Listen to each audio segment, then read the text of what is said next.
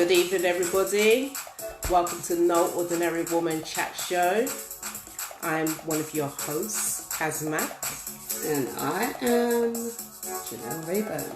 So how's everybody doing on this glorious Wednesday, midweek? How's everyone doing? Hey, what's up, everyone? Everyone good? So how's everybody's Wednesday going so far? It's a bit baffling how this weather's just changed, right, you know? This is England, babe. What do you expect? Sunshine. It's June. It's June, babe.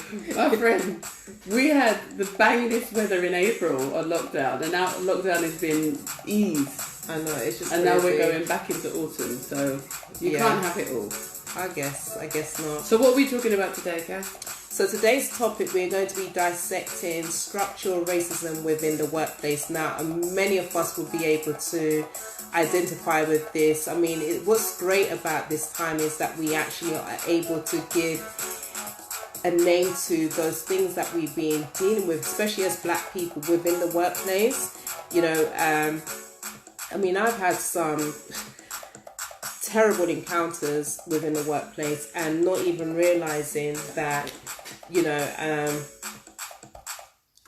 we know it's racism, but actually to be able to, you know, give it a name, you know, just the microaggression, just the unbiased consciousness within the workplace. There's so many different areas, and I know for yourself, you know, because in 2016 this was something that was very just so on your heart in terms of what you went through as well. Yeah, I think it's not just 2016. I think 2016 was the worst experience that I had. Mm-hmm. And I've actually I felt compelled to post about it on my page today, and we'll talk a little bit about that later. But I think my whole career, so my 20-year professional career, there is only one organisation that I have worked in within all of that I can say that I haven't experienced systemic and structural racism. Mm-hmm. And that's appalling. That's an appalling statistic by any stretch. And I've worked across the globe. I've worked in different organisations. I've been a permanent employee. I've been a contractor. Well, I contract now. And yeah, at every organisation I have been in, except bar one, I've experienced it. So 2016 was the worst, and 2016 I consider myself to be quite strong and quite resilient. But 2016 I came away pretty broken and what just happened? Questioned everything. Well, I was one of the most senior people in the organisation, and I was one of only two Black people in that organisation. The other person was quite much more junior than me. Not that it matters. Mm-hmm. But my team at every hurdle, at every turn, made me feel like I was useless. My comments were ignored. I was undermined. I was excluded from certain conversations. My manager would bypass me and talk to my direct report, and almost like I didn't exist. Mm-hmm. And I knew it was happening. I felt it. It was raw. I felt it every single day. I had no one to talk to, no one to turn to. Yeah. And because it was a contract and it was a short-term gig, you know, it's 4 months. It wasn't like I was there for a long time and I developed a relationship with some people who I could trust. I felt so isolated and so alone. And what happens in that scenario is you start to internalize it and you start to question yourself. And I was like, well, is it me? Mm-hmm. Am I useless? I must be useless. Like, if that's what they think, then yeah, it must be true. And I started to question every single thing about myself, my capabilities, my skills, my professionalism. Every single aspect I began to question. And I just felt so alone. And it was a really dark and lonely place to be. Thankfully, I've come out the other side, and I know that I'm a great leader. I have great skills. I'm brilliant. I'm professional. I can deliver strategies and deliver major projects. I'm working on a major project at the moment. But when you go through something like that, you take a battering. Of course, yeah. And you need to recover from that. And it took me some time to recover from that. What about your experience? Well, for me, mine started, it's been throughout my life, but in 2010, I remember specifically when I did a modelling gig, and it's a big brand, so I want to call it out, but I don't. But the reason why I don't want to call it out, because the actual producers that was on the actual gig, they actually apologized to me and explained how Europe was. So basically, it was for commercial, and they basically, it was abroad. I done the actual gig, and basically it was just like I had a double.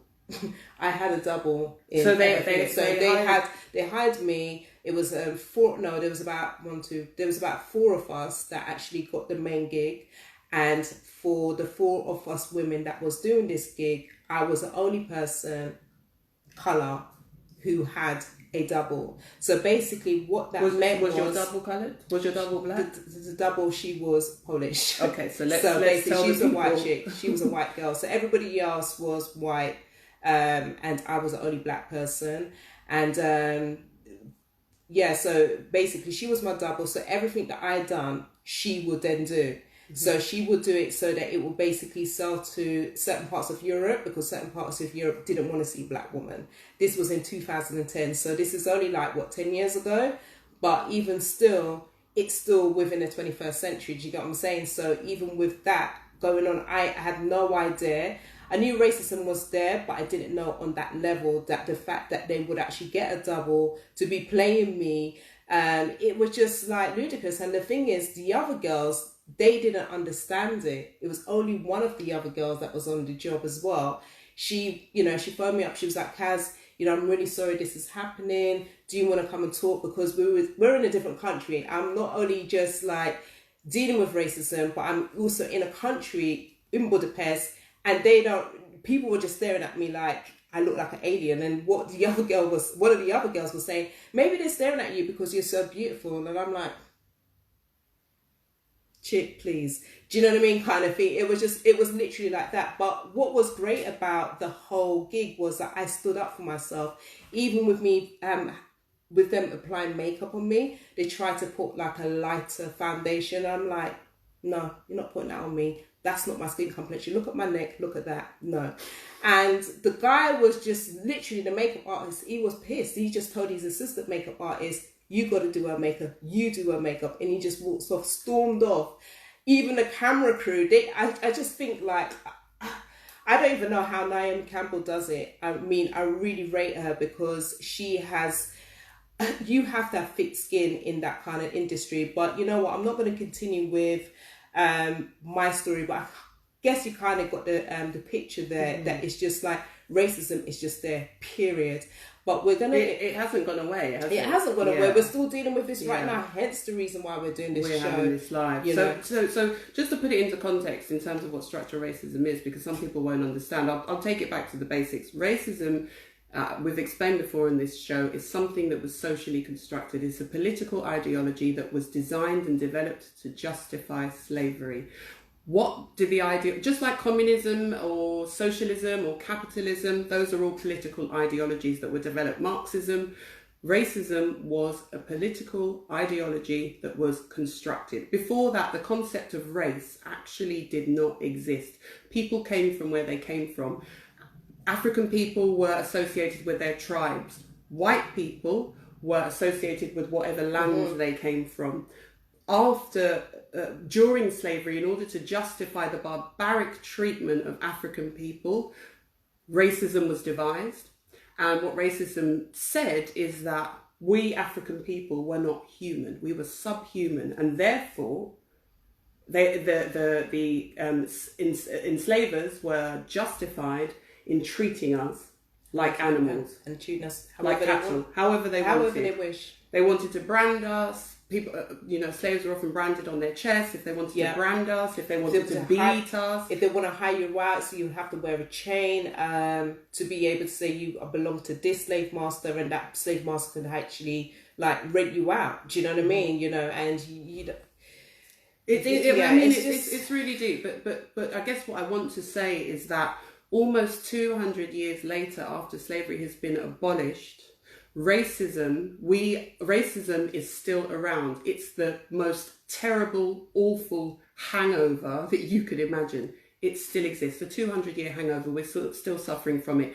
And yes, progress has been made in terms of overt racism. So people won't necessarily within the workplace call you a bad name. They won't call you the N-word, or they won't call you a derogatory term. But because racism is in every structure in society, in education, in the workplace, in the healthcare system, from this colonial hangover, as I like to call it, it feeds into every aspect of how we are dealt with, and so we are disadvantaged by these structures that are in place that have not been addressed. And so what happens is, instead of it now being somebody calling you a bad name, it's morphed. Racism has evolved, it's shape-shifted, and it's become very subtle, very insidious, very hard to put your finger on it. But it's happening. And the thing is, even when I had an encounter, I remember this experience when I was working in a secondary school, it's just the subtleness about it. Do you know what I mean? Kind of thing that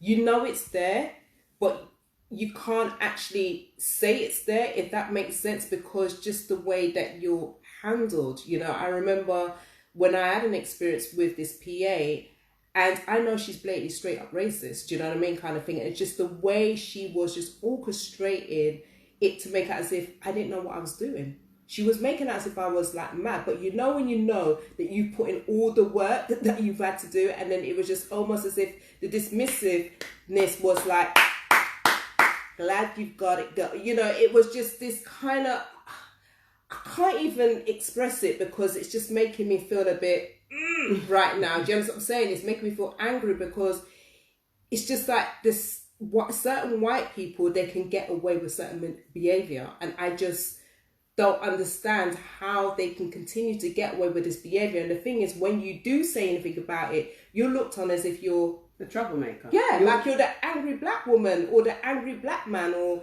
you've got some kind of issue, and it's just no. There's so many terms that have been thrown our way: aggressive, angry, chip on your shoulder, troublemaker.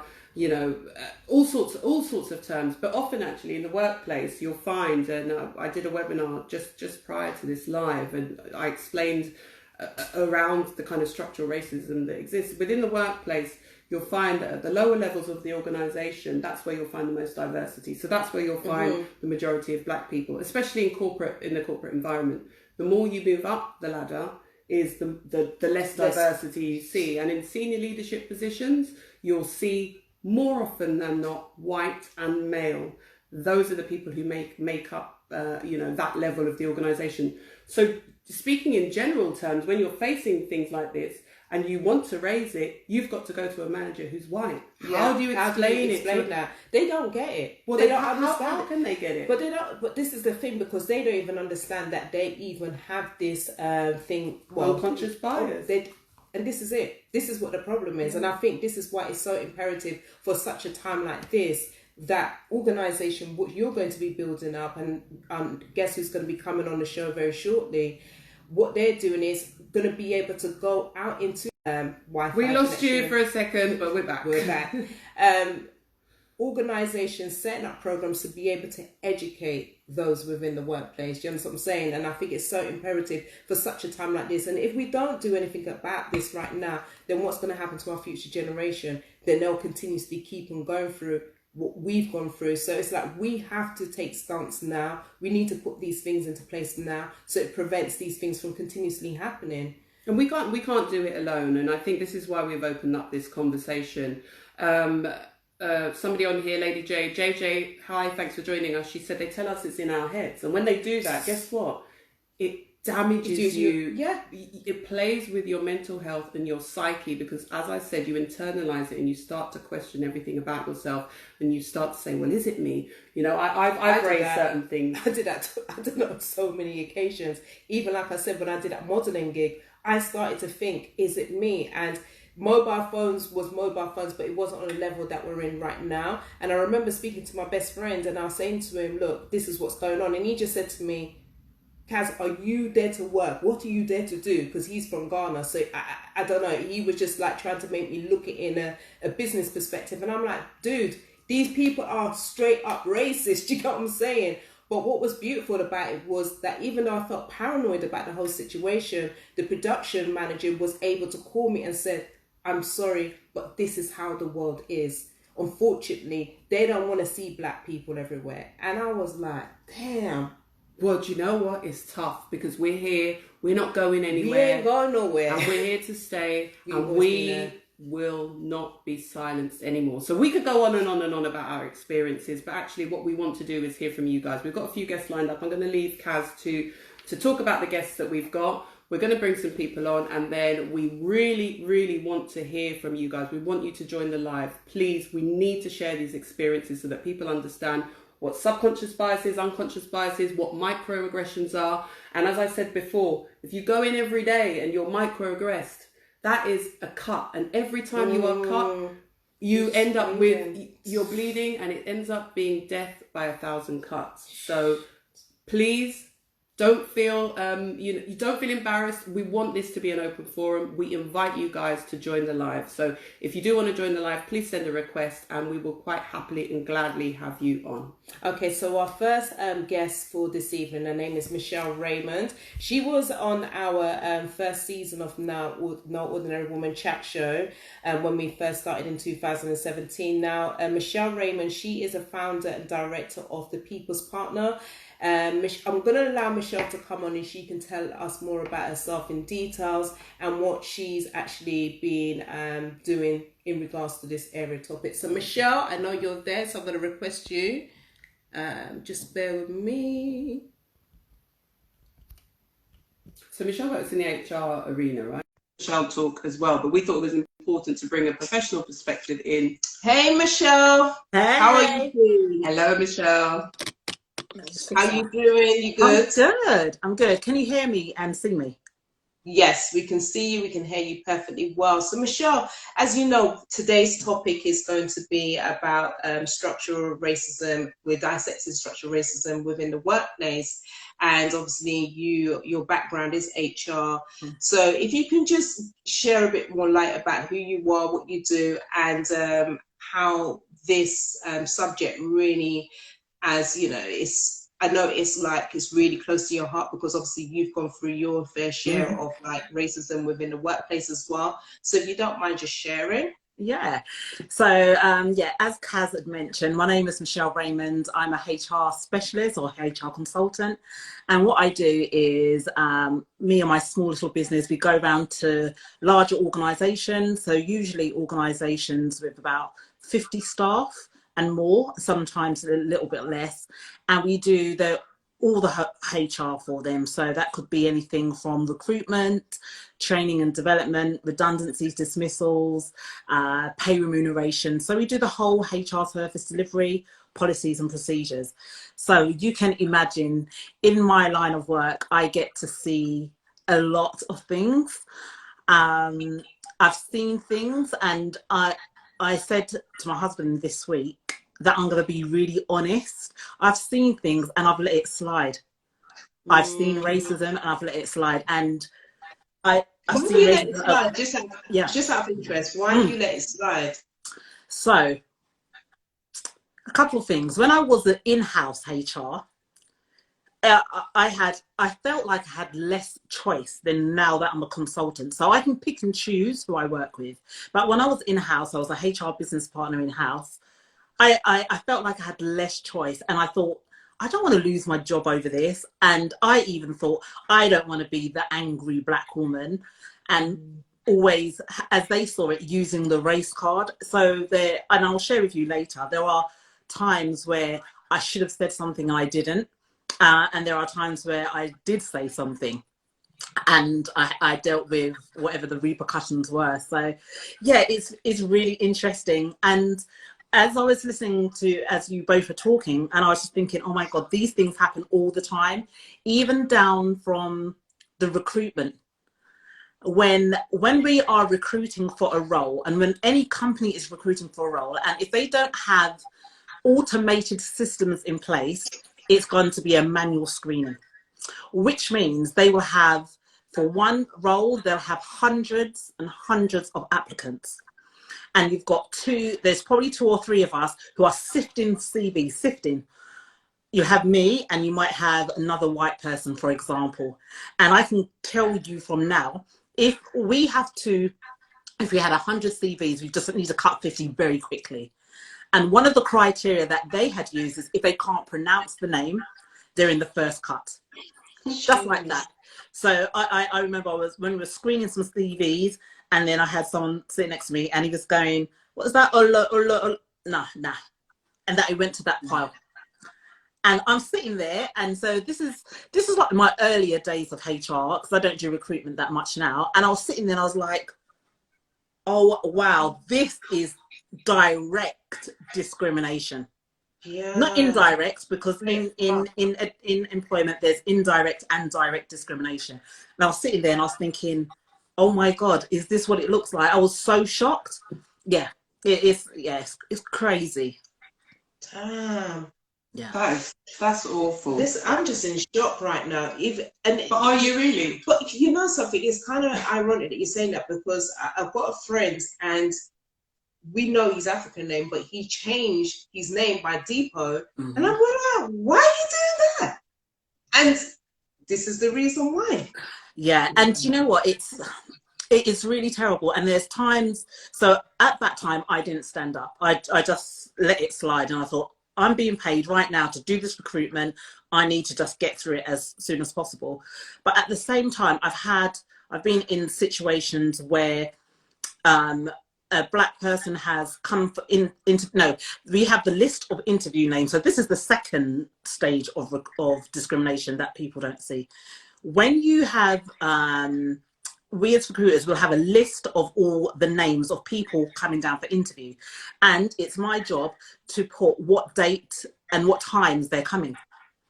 So I have experience where they've put, you know, it's a black person, well, you think it's a black person by their name, that they've said, oh, actually, where's that person going? And I said, oh, 12 o'clock on Wednesday. And they said, oh, actually, I want to put this person at 12 o'clock on Wednesday. Can we put that person Friday at 5 p.m.? Now, with recruiters, when we're recruiting all the time, by the time we get down to Friday, we're tired. We're fed up and we're tired. We don't want to see anybody else. So that's now indirect discrimination, because effectively he hasn't said, oh, we put her there because she's black. But effectively, we know that by the time the interviewers get to Friday at 5 o'clock, they're tired. So they're not going to give the best as an interviewer. They probably will not have read their CV, because half of these interviewers don't even read the CVs until you're in the room. So they wouldn't have read the CVs. They're tired. So they don't even give their best energy as recruiters.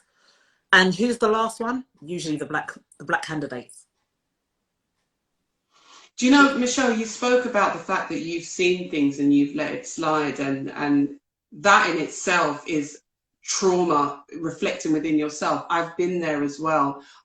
Things have happened to me and I've let them slide. And I've been, now that all these conversations are happening, I've been really angry with myself when I look back and say, why did I let that happen? Yeah.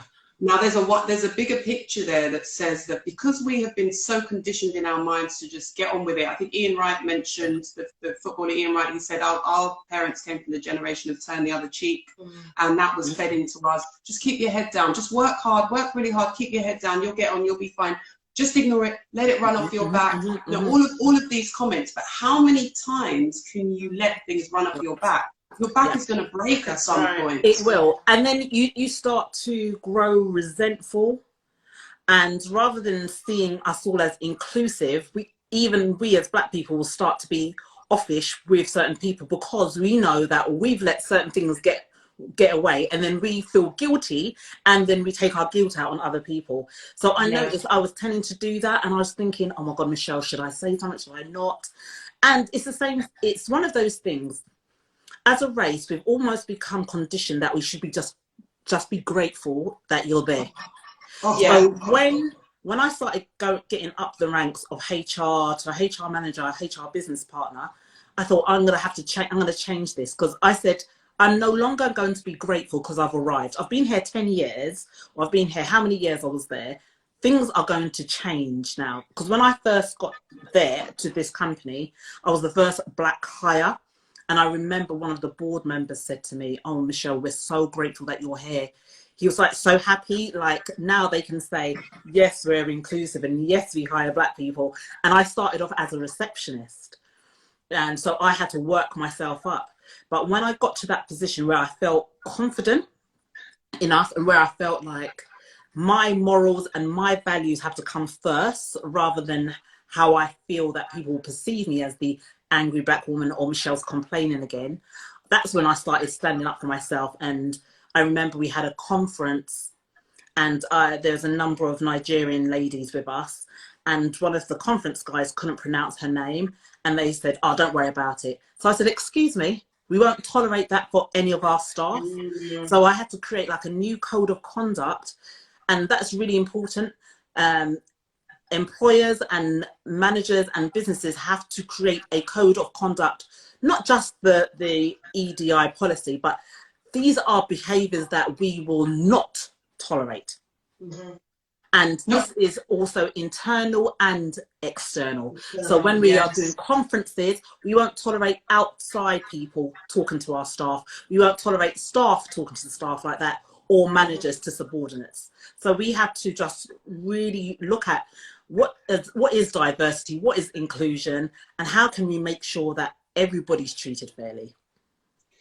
You know, Michelle, you said you're and I commend you for that. You know, that turning point came, and that turning point is coming to so many people. So thank you so much, because in your individual way, you are making a difference. And if we all start to change our mindset and not tolerate this abuse, which is what it is, we will make a collective change, right? But you must have, throughout your career, and now with everything that's gone on as well, you must feel so tired, so drained. Yeah, that's because I always feel like I'm fighting. And you know, I went into consultancy actually, when I first went into consultancy, I was consulting for employees who felt like they've been mistreated. And I would help them write their grievance report. I would help them with the employment tribunal. Then I realized that actually I wasn't getting paid much money from employees, obviously by nature. So I thought, why don't I switch and help employers and make sure that employers are treating their staff fairly? And so I would go in, and I was there to make sure that you had the right policies and procedures, but not just had the paper and say, that's a tick box, I've got that diversity policy, but is it being embedded through the organization? How are you auditing your processes? How are your policies and practices making Black people as a disadvantage? For example, they might, okay, I'll give you an example. Hair. I'm going to talk about hair as an example at work. So please do. Let me tell you now, people who know me, I'm a heavy weave wearer. I am a wig wearer, and I love wearing. Now I used to wear wigs and weaves twofold. One, because obviously I wanted, and I was lazy with my own hair, and I just didn't want to have to bother. But secondly, unconsciously and actually consciously, I did it because I wanted to look like the people I was working with. And I've always maintained, I think I've changed slightly, but I've always maintained and argued that if you want to change something, you first have to be in it to change it. So I never believe that you can change things from the outside. It has to be from the inside out. And part of my belief, my old and limiting belief, was that for me to be in, I had to look like them. I had to speak like them. So I used to wear weaves. Every time I had a board meeting, which was all white men, I would wear a weave. I would wear a wig. And I will say my deportment would change, but it wouldn't change totally, because I know when to be professional and I know when to be street at the same time. So, but I would know that I would act differently, because I believe in the power of rapport, and I know that to reduce unconscious bias and to reduce any sign of microaggression, I need to look like them. So that's one barrier gone. I need to talk to them, talk like them. So that's another barrier gone. So that when I'm going to tell them about what they should be doing for the next 12 months in terms of their staffing and workplace planning, they'll just listen to my intelligence rather than see all of this. So one time I came into work and my boss said to me, "Oh, Michelle, are you not coming to the meeting later?" I said, "Yeah, I am." But I had my hair similar to this. It wasn't exactly like this, but it was natural. It was out. And he said, "Are you coming?" So I said, "Yeah." And I said, "Why do you think I'm not coming?" And he goes, "Oh, because you look different." "I've never seen your hair like that. Let me see it." "Oh." And I knew straight away. And I'd like, wow, okay. So he thought that my hair was unprofessional for a business meeting. And it was then, and I thought to myself, nah. I'm not going to play the game anymore. So from after that, I started wearing a bit more natural. And then when I wanted to wear a weave, it was my choice and not because I felt I had to. And, you know, I spoke about this week and, you know, it's been such a weight off my shoulder. I'm not even going to lie. It's been such a weight on my shoulder because I just thought to myself, Michelle, are you doing this because it's a choice or are you doing it because I want to look like them to be accepted?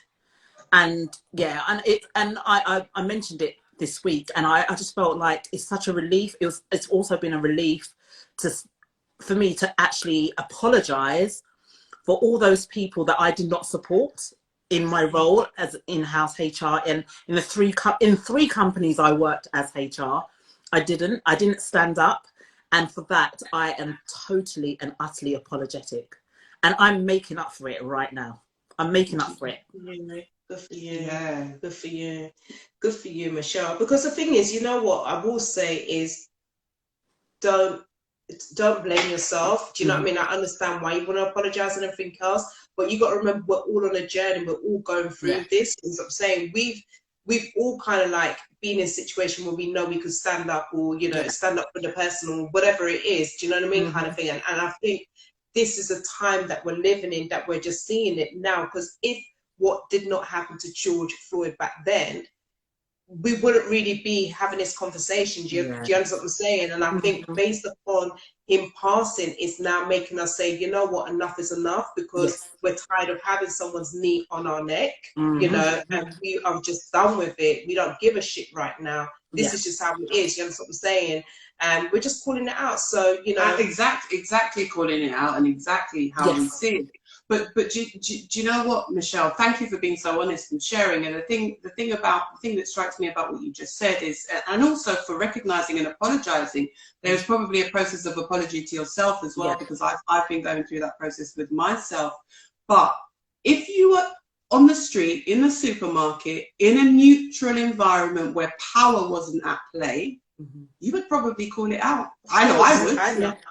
Yeah. So you have that element there. When you throw power into the mix, it's a totally different balance, and it happens in other arenas. It happens with sexism and sexual harassment. Once you throw power into, if I saw somebody being mistreated or discriminated against on the train, in the street, in the supermarket, I would definitely call it out. But in times gone by in the workplace, did I feel empowered to do that? Probably not. And that's been the journey that I've gone on. So, and then, like I said, it's a journey that we're all going on. But from your HR perspective, now that we're having these open and honest conversations and we're talking about unconscious bias, so unconscious bias is when you are discriminated, you are treated disproportionately because of the color of your skin, and the person, the perpetrator of that treatment on you isn't necessarily aware that they're treating you in a certain type of way, but it's the conditioning of their mind that leads them to treat you that way. Not excusing their behavior, because if you were convicted of a crime and you said, well, I didn't know that was illegal, it's irrelevant. Your ignorance to whether it's a crime or not is not an excuse to break the law. By the same token, if that person isn't aware, that doesn't excuse them. So with all of these microaggressions, things like, oh, you got a chip on your shoulder, or about your hair, or if you are just, we feel we're always under the microscope when we come into work. I've definitely felt it. Everything I do, I'm watched like a hawk. My white colleagues can get away with all sorts of nonsense, but I'm watched like a hawk.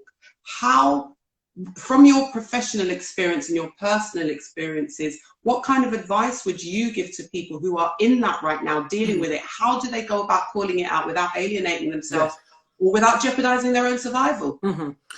Okay, so one thing I want to add is that unconscious bias, I think everybody experiences it. So, and unconscious bias can work for and against. The problem we have now, when it's a power struggle, it works against us. So, for example, you and like you said before, it's because of the conditioning or what they've been used to, and then they'll see somebody. So, for example, if I come into work late, they'll make the assumption, oh, she's late again. Black people always late.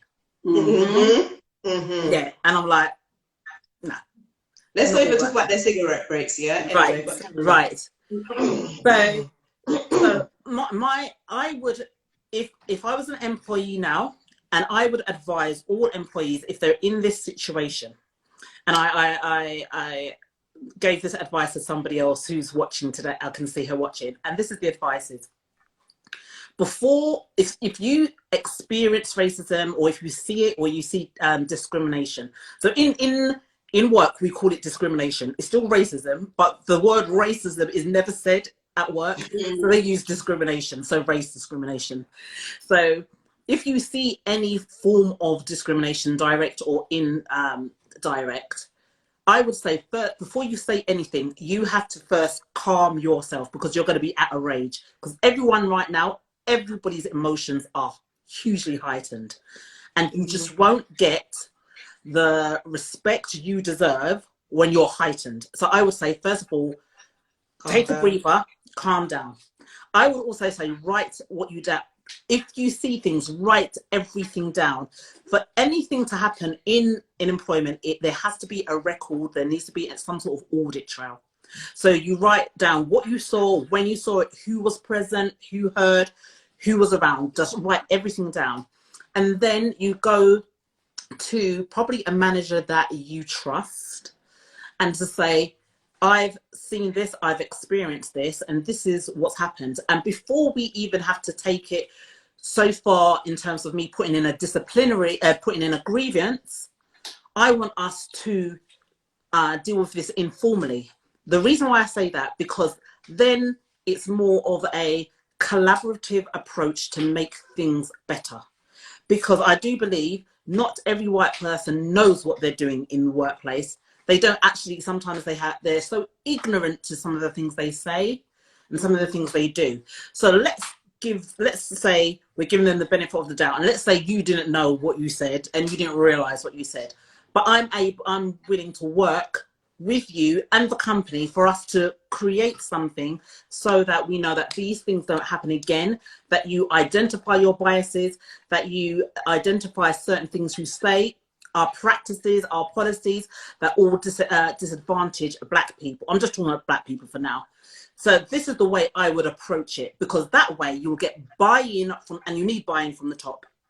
You'll get the buy-in from the CEO or the managing director to work together to create something that works, and not just going to work for you, but for the next generation of Black employees and the next generations of Black staff, so that it's felt in the recruitment, it's felt in promotions. Because I would say, and I'm going to put a list together as well, actually, and I'll give it to you, you can send to people. One of the things we do now that I try and encourage employers to do is do blind recruitment. And blind recruitment is that when CVs come in, so they might have a HR person that the CVs come into, but all the names and the ages are stripped off. Right. So before it's gone, it goes to the manager for the manager to screen or say, I want that person. And I would even go as far right now to take off universities as well, because loads of employers will judge a person also on what types of universities they've gone to. And statistically, Black people have not gone to the best universities. So once again, it's another form of indirect discrimination. But if you use blind recruitment, there's that, you can do those kind of things. So I would say, as an employee, you approach it in a sensible and a professional manner. And because we are professional people, we are not angry black females, and when we're angry for a reason. We are angry for a reason.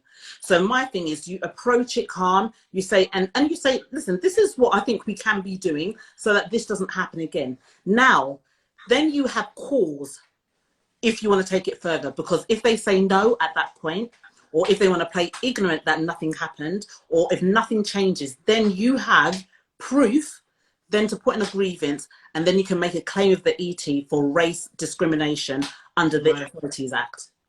But you have to have those steps in place.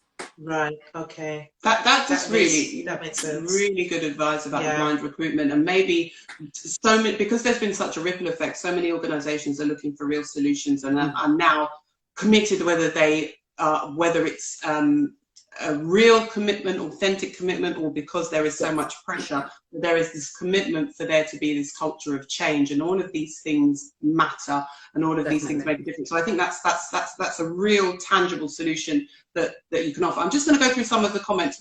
Obviously we've got a few more people lined up. Some of the comments, I haven't got many questions for you just yet. My sister mentioned, she said, we have to address the issue of the power of white women's tears in the workplace. Yeah, they are used as a weapon against us. That's right. We generally might be wanting to break down inside and just burst into a wailing ball on the floor, but we don't. We hold it together. Yes. We stay stoic. We put our best face forward, which can be misconstrued as aggression. But what happens is, I've been there, where your white colleague has aggressed you, you then maybe retaliate in frustration, or say something in frustration, and then the tears come out, and they are so powerful and so destructive, and they are used as a weapon against you. What would you say about that? Yeah, there is, and I think you're right in terms of it could be women, and let's talk about black women, let's say, where we want to raise something and we might get quite emotional. I will say that's fine. Show your emotion. And I think we've been led to always believe that we are strong women. We say we are strong women all the time, which is right. But then we say it so often that our white counterparts, our white colleagues, believe that we're strong women. So they think that we can handle everything that's thrown at us, but sometimes we can't. So I would say, feel free to show your emotions. But I always say, within a work setting, you want to show your emotions, but you want to be also part of the solution. So what I don't really like is when people say, I'm unhappy about this, I'm unhappy, I don't like this, I don't like that, but they're not going to be part of the solution. So I say that we are here to raise all the issues, and we also want to contribute, because the one thing that's going to happen is we raise all the issues, and then once again, the white hierarchy will put in all these new plans in, hire this EDI person to come in and make sure everything is diverse and equality. So once again, they've been seen as the savior of black people. And I don't really want that. I want it to be a collaborative where we're working together. So everybody from every level of the organization plays a part. It's not a one man's job. I've been seeing job vacancies and job hires looking for diversity specialists. It's not a one-man job, because you know what's going to happen, and they're going to hire many black people to do it, and black people are probably not the best people to do the diversity. What I'm saying is they're hiring black people to do diversity in the organizations, but it's not just the one man's job. It's the whole organisation. It's everybody's responsibility. It's everybody. And what I can see what's going to happen is going to be they're going to give the responsibility to the one man, and if things are not fixed and if things don't get better, it's his fault. And what colour is he? He's the black man. Yeah. So I want the whole organisation to take ownership. You've dropped some really important gems on us, but there is a question in here, Michelle, from Richard, and he says, can you give a couple of examples of well-known businesses really getting this right? Or would you suggest that we're still at day zero in the main? No, I do believe there's one company, and they're called, what are they called? The one I was doing some work with. I'm asking my husband. Wait. What's the company I was doing some work with? Media company. Yeah. What are they called again? I don't know. Right, sorry, Richard. I don't want to just bring out the big companies, because that it's easier to say Google, and it's easier to say Amazon, but there are smaller companies, and when I remember, I'm going to type it in there as well. There are actually smaller companies, like with 100, 500 staff, when I mean smaller, who are doing so much in terms of diversity, equality, and fairness, and we can learn from that. And I think what I think companies should be doing now is just showing the examples of what they're doing in their organizations to show that they are diverse, to show what audits, so that people can learn best practice, because there's going to be some companies that don't know what to do. Yeah, they haven't experienced this. I spoke to one company yesterday, and I said to him, I'm thinking of putting together a very small training on unconscious bias and diversity for white employers, so they can pick up and be aware of things that go on in the workplace. And I asked him, what does he think? And he said, oh, you better tread carefully, Michelle, because, some companies might get their back up. And I said, but if we're coming from the point of best practice, this is the best way to lead and manage all staff, not just black staff. So why don't you think it? And he said it was a good idea, but he wanted me to go in it touchy. But I said, there's the time of touchy is gone. The time now is to get your policies and procedures right, but also your practices right.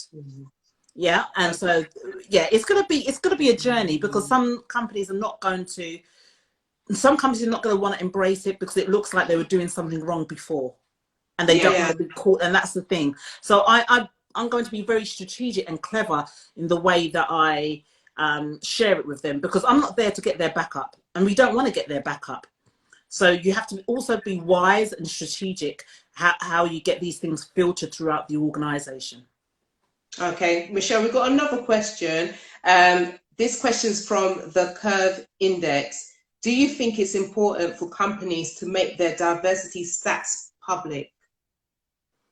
I know that there are some companies that do that, and there's like diversity charters that you can sign up to. I think it might be worth doing it, because then it will call people out. Because I think a lot of companies are doing a lot of talking, but there's been no changes. But okay, let's say starting from now, it's about where do you want the company to go, and what types of people do we want to be recruiting, and how do we start hiring? So I want to see now companies talking with different people about how can they hire better, how can they promote better, and then obviously they can show their stats, because if they show their stats now, it's going to be very bad. It's going to be very bad. And I don't want companies to do a knee-jerk reaction either, like they're just going to do it now because it's hot topic. We want this to be sustained. So it's going to take time. It's going to take time. And I know all of us, we want to see changes now, but we're not going to see immediate changes. And I'm being really realistic. Working as HR in these corporate companies is going to take time.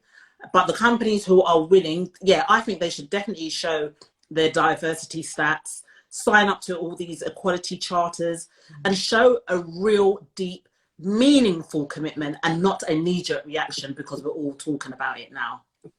That's great. Michelle, thank you so much. You're going to stay with us continue throughout the live, because we've got another guest, Nia Charles King, and she's been on the show before, so we just wanted her to share about her experience being within the media mainstream industry. So Michelle, we more than likely will be catching up with you again throughout the show, but please I'll stick be around. around. I'll be around. Yeah. Yeah. Thank you so much, Thank Queen. you. Thank you so much. Thank you.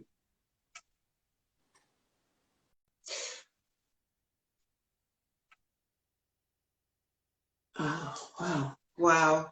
There's so many gems.